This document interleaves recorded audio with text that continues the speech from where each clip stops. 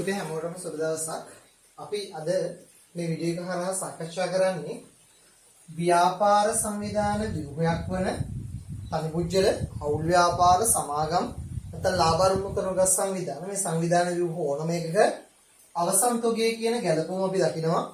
මේ ගැළපුම කොහොමද මූල්‍ය වාර්තා තුල අපි ගැළපුම් කරන්නේ කියන කාරණාව තමයි මෙතනදී අපි අද දවසේ මූලික වශයෙන් සාකච්ඡා කරන්නේ. මම මේ විෂය කරුණට එන්න කලින් පුතේ මෙන්න මේ කරුණ ටික සාකච්ඡා කරන්නම් ඔයාලත් එක්ක. ඒ තමයි අවසන් තොගය කියලා කියන්නේ මොකක්ද? දැන් ඒක ගැටලුවක් නේ අපිට සමහරවිට. අපි පොදුවේ ගිණුම් කරන කාලච්ඡේදයක් හඳුනගන්නේ මාස 12ක කාල සීමාවක්. මම මෙතන ගන්නවා 2024 1 ඉඳලා 2021 3.31 කියලා පුතේ කාල පරාසයක් නැත්නම් කාල පරිච්ඡේදයක්. එතකොට පුතේ මේ තියෙන්නේ ගිණුම් කරන කාලච්ඡේදයේ ආරම්භය. අපි ඒකට කියනවා මුල කියලා. එතකොට මේ තියෙන පුතේ කාලච්ඡේදයේ අවසානය. අපි කියන එකට අග කියලා. එතකොට මේ කාලච්ඡේදයක අවසාන තොගය කියන සංකල්පයෙන් පුතේ අදහස් කරන්නේ මෙන්න මේ ගිණුම් කරන කාලච්ඡේදයේ අවසාන දිනට අපේ ඉතිරි වෙලා තියෙන තොගය. ඒ කියන්නේ අපේ මේ කාල සීමාවේ ආරම්භක දවසේ තොගයක් තිබ්බනම් ඒ තොගයට මේ කාල සීමාව තුළ පුතේ සිදුවෙච්ච ගැනුම් නිසා සිදු වූ වැඩිවීමත් ඒ ගත්ත භාණ්ඩ හරවා යැවුම් තුළ සිදු වූ අඩුවීමත් අඩු කරලා අපි විකුණුම් කරපු භාණ්ඩවල පිරිවේ අඩු කළාට පස්සේ ඒ කියන්නේ සමස්ත තොගයේ අපි විකුණුම් කරපු භාණ්ඩවල ප්‍රමාණය සම්පූර්ණයෙන් ඉවත් කළාට පස්සේ අවසානයේ ඉතිරි වෙලා තියෙන තොග වටිනාකමට කියන උදේ අපි අග තොගය කියනවා. එතකොට මේ ව්‍යාපාර සංවිධාන ව්‍යුහයක අග තොගය හෝ මුල තොගය ආරම්භක හෝ අවසාන මෙන්න මේ තොගය කියන සංකල්පය ගත්තොත් තොගය කියන සංකල්පය ගත්තොත් මූලික වශයෙන් පුතේ තොග වර්ග තියෙනවා තුනක්. ඒ තමයි අමුද්‍රව්‍ය තොග, අමුද්‍රව්‍ය තොග, ඒ වගේම පුතේ නොනිමි භාණ්ඩ තොග සහ නිමි භාණ්ඩ තොග. හරි. දැන් අමුද්‍රව්‍ය තොගයක් කියලා කියන්නේ පුතේ යම්කිසි භාණ්ඩයක් හෝ සේවාවක් නිපදවන්න මූලික වශයෙන් අපි භාවිතා කරන ද්‍රව්‍යයන්ට කියන අමුද්‍රව්‍ය කියලා. නොනිමි භාණ්ඩ කියලා කියන්නේ පුතේ යම් නිෂ්පාදන ක්‍රියාවලියක් අතරමඟ. ඒ කියන්නේ අමුද්‍රව්‍යයකින් නිෂ්පාදන කටයුතු ආරම්භ කරලා හැබැයි ඒක නිමි භාණ්ඩයක් බවට පත් වෙලා නැති අතරමැදි අවස්ථාවන් වලට කියනවා පුතේ නොනිමි භාණ්ඩ. උදාහරණයක් හැටියට පාන් පිටි, පාන් ගෙඩි බවට එකපාරටපත් වෙන්නේ මේ ක්‍රියාවලියක් තියෙනවා. ඒතර ඔය අතරමැදි අවස්ථාවන් වල පාන් වල පුතේ පිරිවැයට අපි කියනවා නොනිමි භාණ්ඩ පිරිවැය කියලා. ඊළඟ නිමි භාණ්ඩ කියන්නේ නිෂ්පාදන ක්‍රියාවලිය අවසන් කරලා විකිණීම සඳහා ඉදිරිපත් කළ තියෙන මූලික තොගයන්ට අපි කියනවා පුතේ මොනවා කියලාද? නිමි භාණ්ඩ තොග කියලා. ඒතර අද දවසේ මම මූලික වශයෙන් පුතේ සාකච්ඡා කරන්නේ මෙන්න මේ මූල්‍ය ප්‍රකාශ වාර්තාවන් තුල නිමි භාණ්ඩ තොග ගැලපුම් කරන ආකාරය පිළිබඳව විතරයි. මේ සංකල්ප දෙක අපි නිෂ්පාදන පිළිවෙල ලේඛනය කියන විශේෂකයක් එක්ක පදනම් වෙලා සාකච්ඡා කරන නිසා අද මම මේ නිමි භාණ්ඩ කියන විශේෂකයට අදාළව විතරක් අදාළ විෂය කරුණු සාකච්ඡා කිරීම කරමු. ඒතර නිමි භාණ්ඩ කියලා කියන්නේ දැන් අපි කිව්වා යම් නිෂ්පාදන ක්‍රියාවලියක් අවසානයේ විකිණීම සඳහා ඉදිරිපත් වෙලා තියෙන තොගය අපි කියනවා පුතේ නිමි භාණ්ඩ තොගය කියලා. දැන් සාමාන්‍යයෙන් අපිට මේ තොග සම්බන්ධයෙන් පුතේ ගැලපුම් කරනකොට විභාගෙට අපි අඳුර ගන්න ඕන මූලික දිත්ව සටහන සහ ඒ තුලින් මූල්‍ය ප්‍රකාශ වලට එන්න පුළුවන් බලපෑම. නැත්නම් මූල්‍ය වාර්තාවන් වලට කොයිතරම් අපි ඔක ගලපන්නේ කියන කාරණාව තමයි මේ මූල්‍ය ප්‍රකාශ ගැලපුම් යටතේ තොගය සම්බන්ධයෙන් ගත්තොත් අපි සාකච්ඡා කළ යුතු වෙයි. ඒ නිසා මම මුලින්ම ඔයාලට මෙතන අඳිනවා මූල්‍ය වාර්තාවන් වලට දාලා ආකෘති දෙකක්. ඒ ආකෘති දෙක තමයි පුතේ එක වාර්තාවක් මම නිර්මාණය කරනවා ව්‍යාපාර ආයතනයේ ආදායම් ප්‍රකාශ උද්ෘතය. අනිත් වාර්තාව පුතේ මම නිර්මාණය කරනවා මූල්‍ය තත්ත්ව ප්‍රකාශ උද්ෘතය. මෙන්න මේ කාරණාවත් අහගන්න පුතේ. මූල්‍ය ප්‍රකාශ උද්ෘතයක් කියලා කියන්නේ. මූල්‍ය ප්‍රකාශ උද්ෘතයක් කියලා කියන්නේ සමස්ත මූල්‍ය ප්‍රකාශ වාර්තාවෙන් ඒ අදාළ ගැළපුම තුල බලපෑමට ලක්වන කොටස පමණක් නිර්මාණය කරනවා නම් පුතේ අපි ඒකට කියනවා මූල්‍ය ප්‍රකාශ උද්ෘතයක් කියලා. මම මේක සරලව නම් කරනවා ආදායම් ප්‍රකාශ උද්ෘතය කියලා. හැබැයි පුතේ මතක තියාගන්න මේක අපි උසරෝල් තුලින් නම් කරන්නත් පුළුවන්. හරි.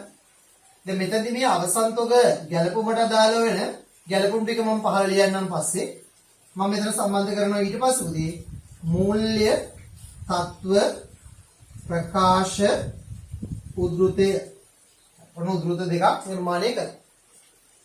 දැන් මූලික වශයෙන් මම කියන්නේ මෙතන අවසන් තොගය ගැන කතා කරන්න කියලා. ඒ නිමි භාණ්ඩ තොගය ගැන කියලා. එදන්නකෝ ගානක දෙනවා. හරි ගානක දෙනවා 2021 3.31 දිනට තොගය ගැළපිල්ල එක කියනවා රුපියල් 10000යි කියලා කියනවා. මේ ගැළපිලි සම්බන්ධතාවයෙන් නැත්නම් ගැළපුම් සටහනේදී පුතේ මේ ගැළපිලි වල දුන්නොත් එහෙම අවසන් තොගය මෙන්න මෙච්චරයි කියලා අපිට කිසි ගැටලුවක් නැහැ. එක පැත්තකින් මේ අවසන් තොගය පුතේ අපේ දෘෂ්ටි කෝණය අනුව ගත්තොත් එක පැත්තකින් වත් තමයි. හේතුව මේක ඉතිරි වෙලා තියෙන තොගය මොන වත්තමද එතකොට ජංගම වත්තම. එතකොට ජංගම වත්තමක් නම් පුතේ වත්තම් වැඩිවීම හර. ඒ වගේම තොගේ ඉතුරුයි කියන්නේ පුතේ අපි විකුණලා නැහැ. ඒ කියන්නේ අපිට විකුණුම් කියන වියදම නැත්නම් විකුණුම් පිරිවැය කියන වියදම තොගේ ඉතිරි වෙන්න අඩු වෙනවා. එතන මෙතනදී පුතේ එක පැත්තකින් මේක වියදම අඩුවීමක්. ඒ නිසා අපි ඒක වියදම් අඩුවීම බැර රීතියෙන් අදාළ ගිණුමට බැර කරනවා. එතන සරලවනේ මම කියුවේ මේක වියදම අඩුවීමක් බවට පත් වෙන්නේ පුතේ මෙන්න මෙහෙම. දැන් උදාහරණයක් හැටියට හිතන්න අපි ගත්ත කාල සීමාව 2020 4.1 ඉඳලා 2021 පුතේ 3.31. හරි. මේ කාල සීමාවේ ආරම්භක තොගය තියෙනවා රුපියල් 10000. මේ අදාළ කාල පරාසය තුල පුතේ අපි ගැනුම් කරනවා 60000ක තොග. හිතන්නකෝ මෙතන අවසන් තොගේ තියෙනවා කියලා රුපියල් 20000. හරි. දැන් මේ අවසන් තොගේ 20000ක් තිබ්බොත් මේ විදිහට මේක සම්බන්ධ කරොත් මෙතන පුතේ අපි විකුණුම් පිරිවැය හොයනවා නම් විකුණුම් පිරිවැය කියන සංකල්පය හොයනවා නම් අපි සාමාන්‍ය විකුණුම් පිරිවැය හොයන්නේ කොහොමද පුතේ? විකුණුම් පිරිවැය හොයන්නේ කොහොමද? ආරම්භක තොගය අරගෙන ආරම්භක තොගේ රුපියල් 10000යි. ඕකට අපි එකතු කරනවා පුතේ ව්‍යාපාරයේ ගැනුම් ටික රුපියල් 60000යි. එතන රුපියල් 70000යි නේ ඔක්කොම. මේකෙන් අඩු කරනවා අවසාන තොගය. කීයද දැන් රුපියල් 20000. එතන විකුණුම් භාණ්ඩ වල පිරිවැය කීයද පුතේ රුපියල් 50. එතන මේ අවසන් තොගය තුල වියදම අඩු වීමට කාරණාව තමයි පුතේ. දැන් හිතන්නකෝ මේ අවසන් තොගය 20000 නෙමෙයි. අපේ ඉතිරි තොගය මේ ගානේ තියෙනවා රුපියල් 20000 නැතුව අපි තුමු රුපියල් 40000ක් තියෙනවා. එතකොට මොකද වෙන්නේ? මෙතන අවසන් තොගය අඩු වෙන්නේ රුපියල් කොච්චරයිද? 40000. එතකොට අවසන් තොගය 40000ක් අඩු වෙනවා කියන්නේ පුතේ විකුණුම් පිරිවැය කීය දක්වා අඩු වෙනවද රුපියල් 30000 දක්වා අඩු වෙනවා. මම කියපු කාරණා පැහැදිලිද? එතකොට අවසන් තොගය වැඩි වෙන්න පුතේ ව්‍යාපාරයක විකුණුම් භාණ්ඩවල පිරිවැය අඩු වෙනවා. විකුණුම් බඩුවල පිරිවැය අඩු වෙනවා. හරිනේ කතාව. දැන් අපි තොගයක් අරගත්තාට පස්සේ ඒක වික්කොත් නේ පුතේ වියදම් බවට පත් වෙන්නේ. විකුණන්න නැතුව කඩේ තියන් හිටියොත් ඒක වියදමක් වෙන්නේ නැහැ නේ. ඒක වත්කමක් නේ. ඒතර විකුණුම් පිරිවැයට මූලික වශයෙන්ම මේ අවසන් තොගය කියන සංකල්පය බලපං. ඒතර අවසන් තොගය වැඩි වෙන්න විකුණුම් පිරිවැය අඩු වෙනවා. අවසන් තොගය පුතේ අඩු වෙන්න විකුණුම් භාණ්ඩවල පිරිවැය වැඩි වෙනවා. නිසා අපි සාමාන්‍යයෙන් කියනවා පොදුවේ මේ ව්‍යාපාර ආයතනයක අවසන් තොගය සහ ව්‍යාපාර ආයතනයේ විකුණුම් පිරිවැය ගත්තොත් මෙන්න මේ විකුණුම් පිරිවැය කියන සංකල්පය අතර තියෙනවා මොන සම්බන්ධතාවයක්ද පුතේ ව්‍යාපාර ආයතනයක? අනුලෝමද ප්‍රතිලෝමද?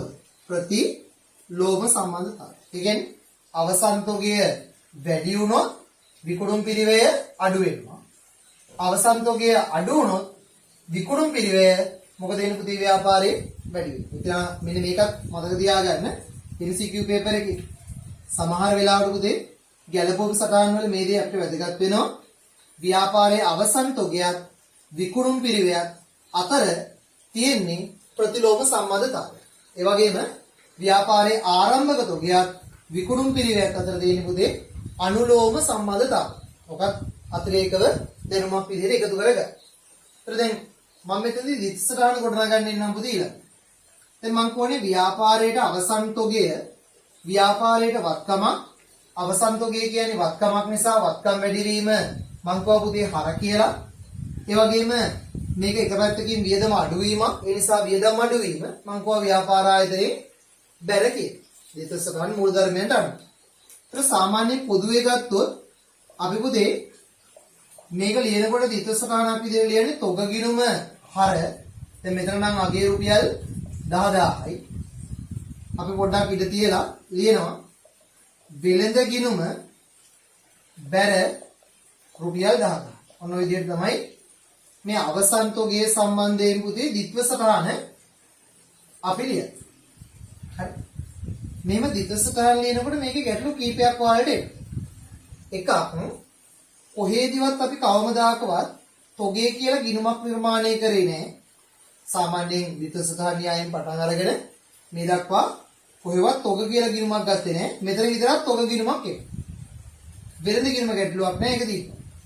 මෙතන පුතේ මේ තොග කියලා විශේෂයෙන් අපි වර්ග කරන්නේ අර ඉස්සෙල්ලා ගත්ත ගැණුම් ගිණුමම තමයි. හැබැයි මේක නියෝජනය කරන්නේ මං කියවනේ පුතේ අවසාන ජංගම වත්තම කියලා. අනේ ඒ නිසා තමයි අපි මේ තොගේ පුතේ විශේෂයෙන් තොග ගිණුමක් තුල පිටපත් කිරීම කරන්නේ. ඒතර ඊළඟ කාරණාව අපි මේ ගලපන විදිහ. ඒතර මේකේ පුතේ ගලපනකොට ගලපන්නේ විකුණුම් පිරිවැය කියන සංකල්පය තියෙනවා. ඒ අර්ථයේ ආරම්භක තොගයට ගැණුම් එකතු කරලා අපි ගලපනවා මොන තොගයේද? අවසන් තොගය. ඒතර දෙවෙනි තීරුවට දාලා ඔන්න පුතේ වරහන් කිරීමක් කරනවා. මෙතන අපි ගන්න ඕනේ ඊට පස්සේ පුතේ වත්කම් වල ජංගම වත්කම් කොටස.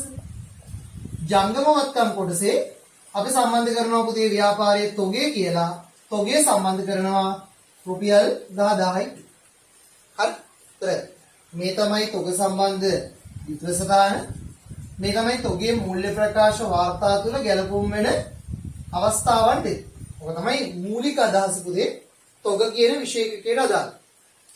හැබැයි මේ විශේෂකයේම තව එක් පැතිකඩ තියෙනවා.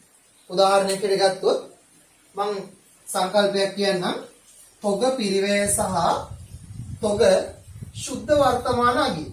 නොම සංකල්පයක් තියෙනවා. දැන් අපි බලමු ඊළඟට කොහොමද එවැනි සංකල්පයක් ආවොත් අපි ගැලපුම් කරන්නේ කියලා. හරි. අපි ගමුකෝ මෙහෙම ගැලපෙන්නේ. 2021 3.31 දිනට තොගය නැත්නම් තොග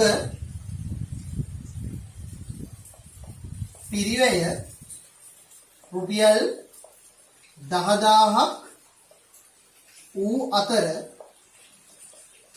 එදිනට තොගයේ සුද්ධ උපලබ්ධි අගය රුපියල් 8000ක් දී. අපි නිකන් ගමුකෝ පුතේ මෙහෙම සංකල්පයක්. උතන මතක තියාගන්න අපේ තොගයේ පිරිවැය. තොගයේ පිරිවැය. මෙතන ගත්තොත් රුපියල් 10000යි. තොගයේ පුතේ ව්‍යාපාර සුද්ධ උපලබ්ධි අගය. සුද්ධ උපලබ්ධි අගය පුතේ රුපියල් 8000. දැන් කොහොම ගැළපෙල්ලක තිබ්බොත් මොකද කරන්නේ? දැන් තොගේ නම් ආවා. ඒ වුණා නම් ගලපන්නේ අවසන් තොගේ විදියට 10000 දැම්මා. ජංගම්මත්කම් වල 10000 දැම්මා වැඩේ ගියා. හැබැයි ගැළපෙල්ලක කිව්වොත් තොගේ පිරිවැය මෙච්චරයි, සුදු උපලබ්ධියගේ මෙච්චරයි කියලා අපිට යම් ගැටලුවක් තියෙනවා. ඒතර ඒක විසඳගන්නේ මේ. තොගේ පිරිවැය කියලා කියන්නේ පුතේ සාමාන්‍යයෙන් අපි තොගයක් අත්පත් කර ගන්නකොට ඒ වෙනුවෙන් කැප කරන සම්පත් ප්‍රමාණයක් තියෙනවනේ. අනේ මූල්‍ය ගෙවීමට අපි කියනවා තොගේ පිරිවැය. සුද්ධ උපලබ්ධියගේ කියන්නේ පුතේ ඒ තොගය වෙළඳපොලේ විකිණීමෙන් අපිට ලැබෙන මිලක් තියෙනවනේ. අපි ඔන්න ඔකට කියනවා පුතේ සුද්ධ උපලබ්ධය. අපි සුද්ධ උපලබ්ධයගේ හරියට ගත්තොත් නිර්වචනය කරන්නේ තොගයක ඇස්තමේන්තුගත විකුණුම් මිලෙන් ඇස්තමේන්තුගත විකුණුම් වියදම් සහ විකුණුම් සම්පූර්ණ කිරීමේ වියදම් අඩු කිරීමෙන් පසු අගයට කියනවා පුතේ සුද්ධ උපලබ්ධය. ඒ නිසා පොත්වල අපි මේ සුද්ධ උපලබ්ධයකට අදාළව පුතේ සූත්‍රයක් ගොඩනගා ගන්නවා. මම මෙතන ලියන්නම් ඒක. සුද්ධ උපලබ්ධි අගය හොයන සූත්‍රයක් තියෙනවා. ඒ තමයි ඇස්ත මේන්තුගත වෙළඳපළ විකුණුම් මිල ඍණ ඇස්තමේන්තුගත විකුණුම් සම්පූර්ණ කිරීමේ වියදම්. ඒ කියන්නේ දැන් උදාහරණයක් හේතන්න පොදේ අපි ගාව තොගයක් තියෙනවා ඒක පොඩි ඩැමේජ් එකක් තියෙනවා. අපිට ඒ තොගය විකුණ ගන්න පුළුවන් රුපියල් 8000කට. හැබැයි ඒක විකුණන පුජ්‍යලයට අපි රුපියල් 1000ක් දෙන්න ඕන. ඒ කියන්නේ අපිට දැන් අතර ලැබෙන්නේ කීයද රුපියල්? තොගේ විකා කියලා 8000ක් හම් වෙනවද? නෑ. 7000. නැත්නම් මෙහෙම හිතන්නකෝ. අපි ගාව තොගයක් තියෙනවා 8000යි ඒක පොඩි ඩැමේජ් එකක් වෙලා තියෙනවා. ඒ නිසා ඒක යම් වෙළඳපොළ මිල අඩු කිරීමක් වට්ටමක් දීලා අපි 1500ක අගේ අඩු කළා තමයි විකුණන්නේ. එහෙනම් අපිට අතර ලැබෙන්නේ කීයද රුපියල් 6500. ඒතර මේ අපේ අතර ලැබෙන ගාණ තියෙන. ඒ කියන්නේ ඇස්තමේන්තුගත විකුණුම් මිලේ ඒ විකුණුම් සම්පූර්ණ කළාට පස්සේ යම් වියදමක් දරන්න වෙනවනම් ඒ වියදමත් අඩු කළාට පස්සේ අවසාන අගයට පුතේ කියනවා අපි තොගේ ව්‍යාපාරික සුද්ධ උපලබ්ධිය. ඒතර ඇස්තමේන්තුගත විකුණුම් මිලේ ඇස්තමේන්තුගත විකුණුම් වියදම් අඩු කළාට පස්සේ වටිනාකම අපි සරලවම ගත්තොත් අපිට ලැබෙන අවසාන සුද්ධාගය අපි කියනවා සුද්ධ උපලබ්ධිය අගය කියලා. එතකොට මේ පිරිවැයයි සුද්ධ උපලබ්ධිය අගය තිබ්බොත් අපි කොහොමද ව්‍යාපාර සංවිධාන ව්‍යුහයක තොග අගය කිරීම කරන්නේ? අපිට LKS දෙක තොග ප්‍රමිතියට අනුව කියනවා පුතේ තොග අගය කිරීමට දාල රීතිය. මොකද කියන්නේ රීතිය. මොකද්ද මේ රීතිය? බැරි වෙලාවත් තොගේ පිරිවැයයි සුද්ධ උපලබ්ධිය අගයයි දුන්නොත් මේගොල්ලෝ කියනවා පුතේ තොග අගය කළ යුත්තේ තොග අගය කළ යුත්තේ තොග පිරිවැය සුද්ධ උපලබ්ධි අගයක් යන දෙකෙන් වඩා අඩු අගය මත.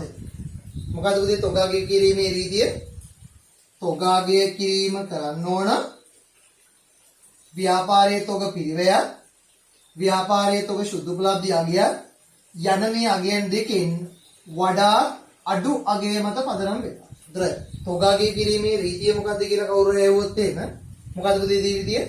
තොග අගය කළ යුත්තේ තොග පිරිවැය සුද්ධ උපලබ්ධි අගය යන දෙකෙන් වඩා අඩු අගය පදනම මත. නැත්නම් වඩා අඩු අගය පදනම් කරේ. ඒතර ගානක ගැටලුව මේ විදිහට තිබ්බොත් දැන් ඔයාලට තේරෙනවා මෙතනදී එන වඩා අඩු අගය රුපියල් 8000 මේක තමයි අපි ගිණුම් ගත කරන්නේ.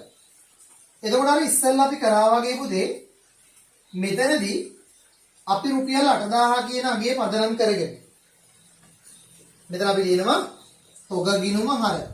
තොග ගිණුම හර රුපියල් 8000යි. මෙතන ලියනවා පුතේ වෙළඳ ගිණුම බැර රුපියල් 8000. ඔහොම ලිව්වොත් විත්වසටහන හරිද වැරදිද? අනිවාර්යයෙන් විභාගෙට මොකක්ද හම්බෙන්නේ අපිට? වැරද්දක් තමයි. ඒකට හේතුව මොකද පුතේ? මතක තියාගන්න තොගේ මොනාගේ අඩු වුණා. ඒ පිරිවැය අඩු වුණත් සුද්ධ උපලබ්ධියගේ අඩු වුණත් පුතේ අපි ව්‍යාපාරයක සාමාන්‍ය ආරම්භක තොගය හඳුනගෙන තියෙන පිරිවැය. ගන්නකොට ගන්න බඩු ගත්තේ වෙළඳපොලේ පිරිවැය වටනාකම මත පදනම් වෙනවා. එහෙනම් අපි වෙළඳ ගිණුම තුල පුතේ නිවැරදි විකුණුම් පිරිවැය ගණනය කරන්න නම් හැමතිස්සෙම මතක තියාගන්න පුතේ තොගයේ අවසන් තොගයේ විදිහට මෙතන අඩු කරන ගාන අපි පිටපත් කරන්නේ මොන වටිනාකම මත පදනම් වෙලාද? පිරිවැයගේ මත පදනම් වෙලා. මොනවාගේද? පිරිවැයට පදනම් වෙලා. එහෙනම් බැරි වෙලාවත් තොග පිරිවැයට වඩා සුද්ධ උපලබ්ධයගේ අඩු වුණොත් පුතේ අපේ තොගගේ කිරීමේ රීතියට අනුව වඩා අඩු වගේ තොග ගිණුම හර කරන්න ඕන නිසා තොග ගිණුමට ඒ ගන්න හර කරලා අපි ඊළඟට කරන්නේ පුතේ වෙළඳ ගිණුමට මේ රුපියල් 10000 බැරගෙන. මෙතන සම්බන්ධ වෙන තව කතාවක් තියෙනවා. ඒ තමයි අපි ඇත්තටම රුපියල් 10000කට තොග අරගෙන අපි ඒක පුතේ රුපියල් 8000කට වික්කොත් අපිට අලාභය තියෙනවා රුපියල් කොච්චරකද? 2000. එහෙනම් මේක අලාභයත් අපි පිටපත් කරන්න බෑ පුතේ. ඒතර අපි ලියන්නේ තොග කපා හැරීම අලාභ ගිණුම හර කරනවා රුපියල් 2000. ඒතර දැන් ඔයාලට පැහැදිලි නේද පුතේ ඉස්සරහට බැරි වෙලාවත් තොග පිරිවැයකුයි සුදු උපලබ්ධයගේකුයි තිබ්බොත් ඔයාලට ගන්න වෙන්නේ තොග ගිණුමට මේ දෙකෙන් වඩා අඩු වගේ වෙළඳ ගිණුමට කොහොමත් පිරිවැයගේ මේ දෙක අතර වෙනස වියදමක් විදියට තොග කපා හැරීම අලාභය ලෙස පිටපත් කරනවා. ඒතර දැන් අපි ඕක මූල්‍ය ප්‍රකාශ වාර්තා තුල ගලපන්න ගියොත් පුතේ මූල්‍ය ප්‍රකාශ වාර්තා තුල ගලපන්න ගියොත් අපි සාමාන්‍ය කරන්නේ මෙන්න මේ විදිහට. වෙළඳ ගිණුම තුල සහ ව්‍යාපාර ආයතනයේ ජංගම වත්කම් තුලනේ පුතේ තොගේ මූලික වශයෙන් ගැලපෙන්නේ. ඊට අමතරව තොග කපා හැරීමක් තිබ්බොත් ලාභ ගිණුමේ වෙනත් වියදම් කියන සංකල්පය අපි ගන්න. අන්න එතන තමයි පුතේ තොග කපා හැරීම කියන දේ පිටපත් කරන්නේ. තොග කපා හැරීම කියන දේ පිටපත් කරන්නේ. ඒතර මෙතනදි වෙන්නේ තොග ගිණුම හර 8000යි ජංගම වත්කම් වල දානවා රුපියල් 8000යි තොග කපා හැරීමේ අලාභ හර 2000යි තොග කපා හැරීම අලාභයේ වියදම් තීරුවේ දානවා රුපියල් 2000යි වෙළඳ ගිණුම බැලපු රුපියල් 10000යි අපි වෙළඳ ගිණුමේ අඩු කරනවා අවසන් තොගේ රුපියල් 10000ක් විතර. මම හිතනවා මේ සංකල්ප ටික තේරුණා කියලා. ඊළඟට මේකේ තව ගැටලුවක් එන්න පුළුවන් අවස්ථාවක් තියෙනවා. ඒ තමයි පුතේ දැන් හිතන්නකෝ යම් ගානක කියනවා ව්‍යාපාරයේ තොග පිරිවේ රුපියල් 10000යි. හරි? මේ ගැළපෙල්ල මම ගන්නකො. හරි? මම මෙතන වෙනස් කරන්න. තොගේ සුද්ධ උපලබ්ධයගේ පුතේ රුපියල් 12500 කියලා කිව්වා. දැන් ඔන්න තොගේ සුද්ධ උපලබ්ධයගේ කියදුනේ රුපියල් 12500. දැන් පුතේ සුද්ධ උපලබ්ධයගෙන් අපිට වැදගත්කමක් තියෙනවා. මතක තියාගන්න තොගාගේ කිරීමේ රීතිය අනුව තොගාගේ කරන්නේ පිරිවැයත් සුද්ධ උපලබ්ධයගේත් කියන දෙකෙන් වඩා අඩු වගේ නම් මෙතෙන්දි පිරිවැයගේ තමයි අඩුයි. එහෙනම් අපි මෙතෙන්දි පුතේ කිසි ගැටලුවක් නැතුව තොග ගිණුම කියන දෙයට හර කිරීම කරන්නේ රුපියල් 10000. මං කව දෙකෙන් මොනාගේ අඩු වුණත් අපි හැමතිස්සෙම මොන ගිණුමටද පුතේ? වෙළඳ ගිණුම පිටපත් කිරීම කරනකොට පිටපත් කිරීම කරන්නේ පුතේ ව්‍යාපාර ආයතනයේ මොනාගේ පදනම් කරගෙන පිරිවැයගේ පදනම් කරගෙන. ඒතර බැරි වෙලාවත් මතක තියාගන්න ඔයාගේ තොග පිරිවැය තොගේ සුද්ධ උපලබ්ධයගේ කියන සංකල්පයත් එක්ක සංසන්දනය කරද්දී තොගේ සුද්ධ උපලබ්ධයගේ වැඩි නම් අපිට ඒ ගැළපුම තුල මෙයාගේ වැදගත්කමක් ඇත්තේ නැහැ. ඒතර අපි කරන්නේ පුතේ සාමාන්‍යයෙන් තොගය වත්කම විදියට රුපියල් 10000 පිරිවැයගේ අරගෙන වෙළඳ ගිණුම තුලත් මේ 10000 පිටපත් කිරීම කරා. ඒතර මෙතනක් දාන්නේ පුතේ රුපියල් 10000යි කියලා අවසන් තොගය. මෙතනක් දාන්නේ රුපියල් 10000යි කියලා අවසන් තොගය. හරි? මතක තියාගන්න තා පුංචි දෙයක් තියෙනවා වලට මෙතන අවසන් තොග ගැළපෙල්ලයටද කියලා දෙන්න.